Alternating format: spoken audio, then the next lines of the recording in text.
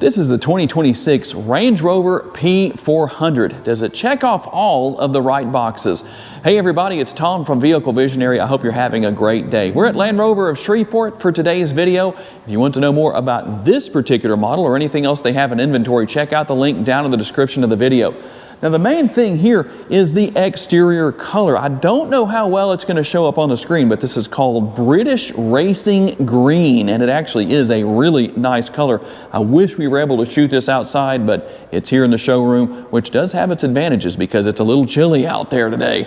But let's talk about what we have. Now I'm going to show you the remote real quick. We're going to have lock, unlock. You've got the button to turn your lights on and the button to open and close your power tailgate. Let me show you a couple of things with how this works. First of all, I'm going to hit the button right here to turn some of the lighting elements on. Everything is LED here. We're going to have the premium LED headlights, the signature daytime running lights, and if you are in a parking lot and you can't find your Range Rover, you hit that light button right there and the lights come on. So that's going to be a nice thing. We're going to have, I know it's a little tight here, we're going to do the best we can to show you everything. You got your Range Rover logo. I like how that pops against this British Racing Green exterior color. Classic look with your front grille, and then your Land Rover logo will be right over here. Now down here on the lower portion of the bumper, you can see it over there. You're going to also have your LED fog lights. Now what we're going to do is we're going to work our way around here because there's a couple of really important things I want to show you. First of all, this is going to be an all-wheel drive model on air ride suspension, so you can raise and lower that as needed. When you get to 15 miles per hour, it will return to stock ride height. In this case, we're going to have the optional 23-inch wheels. These are not 21s, these are 23s. You will have a 21-inch spare tire, and you'll have so many great things to talk about here. I like how there's a little bit of a breakup with some of the pieces we have right here, and then your side view mirrors. Now they're going to be heated, power adjustable, power folding. You can see the turn signal indicators built in right there. It also has blind spot monitoring. Now let's spend a little bit of time on our door handles because there's a couple of important things here. Number one, obviously they're deployable. They're going to deploy when you unlock and then deploy when you lock, or when you're driving down the road. They're going to go back in just like that. But here's something very interesting to talk about. Now, there's a button right here. We're going to show that to you real quick on the screen. If the battery in your key fob happens to die, guess what? You have a key right here. And here's what we're going to do. If the battery dies and you have the handles deployed like this, well, it's real easy to get to the lock right here. But what do you do if they're not deployed like that? Well, it's actually pretty easy to deal with. So I'm going to come up here, push on the front. You can reach in here and pull on it just like that. And guess what? You pull it out just like that. Problem solved. No big deal. One of those things we like to try and show you that you might not be seeing in other car review videos on YouTube. Now you're going to have your panoramic sunroof up top. That does tilt and slide open. It's also going to have the power shade that can be drawn back and forth as needed to conceal away the light or let the light in. Nice large windows. I like the way that looks.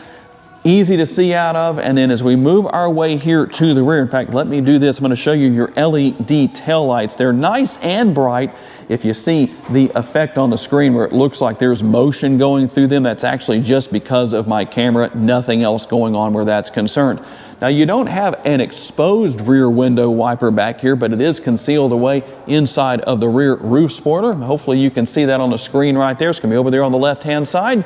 And we're also going to have our dual shark fin antennas up top. One more thing about these doors I do need to mention is that they are also going to be soft close. You don't have to slam them like that. You can just do that, and they're automatically going to close themselves. That's going to be on the front and the rear doors, just to show you that it's here.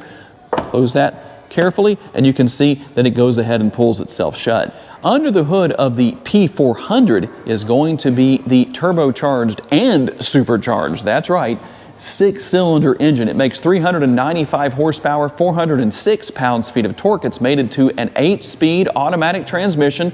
0 to 60 is about 5.5 seconds. Top speed is 150 miles per hour. Now, how about your MPGs? A little bit of a glare here, so I don't know how well you can see this in here, but we're looking at 19 city, 24 highway, 21 combined, and 4.8 gallons of gas per every 100 miles driven. When it comes to your gas tank size, it's going to be 23.8 gallons in capacity.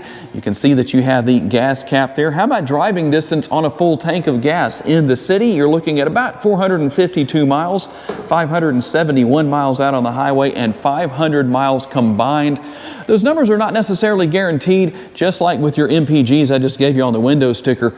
They're potential. You might be above, you might be a little bit below. It depends on a number of variables. And as we hit the button to open the split tailgate back here, you can tow up to 7,715 pounds. We're going to show you around inside of that area. Your cargo capacity, depending on how you set things up, will range between 40.7 up to 83.5 cubic feet. Now I'm going to come around on this side.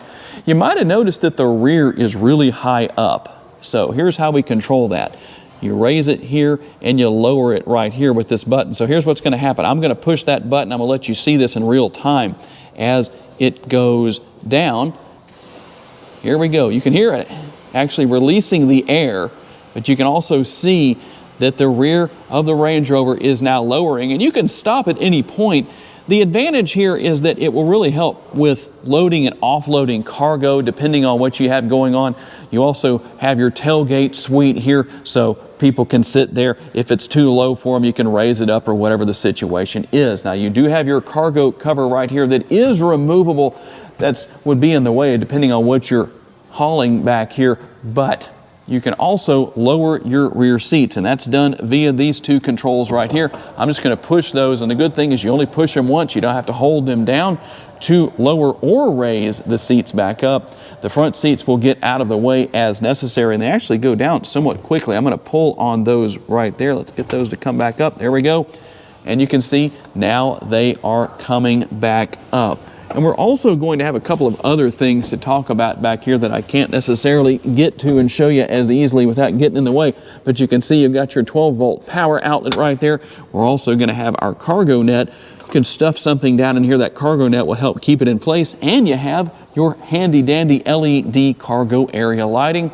When you're ready to close everything up here, with this being the tailgate suite, you're also going to have your lights up here. That's going to shine right down, and then we can push the two buttons right here, and that will lower or close the split tailgate. Let's talk about what your rear seat passengers are going to find. Now you can see the nice large panoramic sunroof. We mentioned that to you earlier in the video. Here is the interior view with that. Something that I like here is you have the hanger right here. So for you business professionals out there, or whatever the situation is, you can hang your jacket right here. That's so much easier than having to throw it over the seat or something like that. Go to the door panel right here. We're going to have quite a few things to talk about where that is concerned. You can change the recline on the seat backs with that button right there. And then you can control everything with your side, your windows, the shades, all that good stuff. Your power shade can be drawn back and forth from here. Depending on what you want to do, you can take advantage of all of that and make things work where that is concerned. We can control the power shade, whatever you need to do. That's easy to deal with. Now, I do wish there was some kind of a grab handle right here. I find myself out of habit maybe just reaching up here to grab it. It's not necessarily something you have to have, but that is something that would make it a little bit easier to get in and out. One thing I do want to show you real quick, the door sill down there is illuminated. You're going to have that with the front and the rear door sills. One of those things you might want to know about. We're also going to have our fold down armrest. Plenty of room there.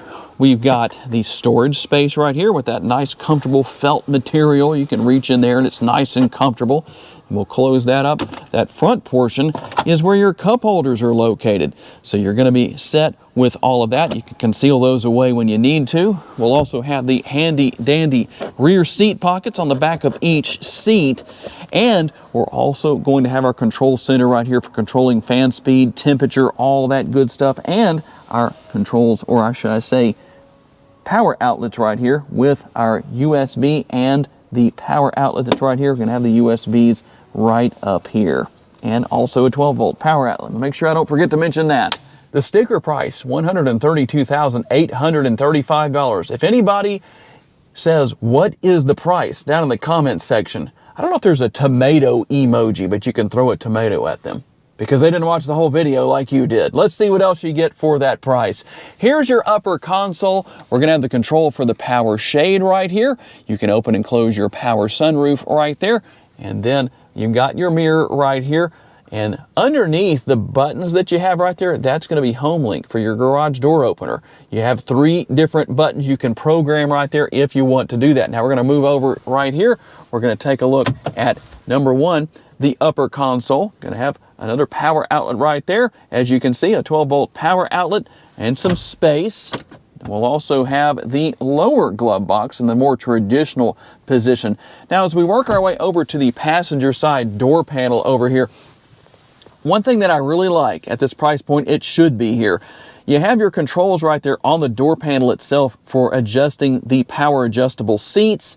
You also have seat memory for the passenger seat. That's a win in my opinion. If you have it on the driver's side, it should be on the passenger side.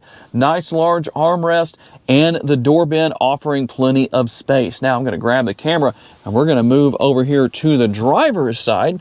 And the same thing here with our controls, but you obviously control your side view mirrors. You can hit that button right there to fold those in if you want to, and then control the positioning. All that good stuff is going to be there. We're going to have our power windows. All your controls are here. Lock and unlock right here. And this is a tilt and telescopically adjustable steering wheel. The control is right here. As far as the steering wheel itself goes, you're going to have your controls right here for adaptive cruise control, your heated steering wheel if you want to turn that on and off, and then we can come right here and adjust a lot of different things as far as different information. You can change things, you can get information, whatever the details are that you want. You can see that you have the head-up display settings right there, so there is a head-up display here. Kind of hard to see right now, but it is there. And you have your built-in navigation if you want to take advantage of that. A very comfortable steering wheel with the shifter paddles, everything for your front and rear window wipers here, and then your headlights and your fog lights, all of that, all the lighting controls here, and your turn signal indicators. Now, we're going to move on to the Pivi Pro infotainment screen, and something that's very important for those of you that don't like to have to use the auto stop start feature. You can turn that off right there. We can come right here to the vehicle icon and see our different driving modes. As you can see, dynamic, comfort, eco. You can go to auto, off-road is right there. And some of your other things here. If you want to turn off auto hold, here's how you do it. You know that it's off now when it's not highlighted in that brown color right there. And you'll also have a dynamic stability control if you want to turn that on and off. And obviously your ride height. As I told you earlier, here's where you're going to come to set that. So depending on what you do, it will determine the height of your Range Rover. Now, one thing to note right here is that I didn't talk about lumbar support with your seat controls earlier. See what I just did right there, touching that seat up there and selecting that? Here's where you control all of the information, or details I should say, of the seat, headrest, bolstering, lumbar, and the cushion. You're just going to select each one, and once again, when it's highlighted in the appropriate area, you know what you're going to be adjusting, so you can handle all of that right here. We'll come back here and see what we have. You have your heated and ventilated seats, and then you can adjust the air and all that stuff right here. I do wish there were physical controls for that personally. That is my personal desire. That's how I like for it to work, but it might not be a big deal to some people to not have the controls. A lot going on here with the screen. With your navigation, you can connect your phone. You're going to have Apple CarPlay and Android Auto. A lot of details about the vehicle. As far as your slope angle, you've got your compass right there. You can see what all is here. Just to run through a few things, wade sensing. These are very off-road capable vehicles, although a lot of people might say they're not. They're not likely to take them off-road, but they are capable of such things. Now you can see everything that you have here as far as navigation, your accounts. You've got your cameras right here. And go in here and show you the different camera views. You can see pretty much every place you need to.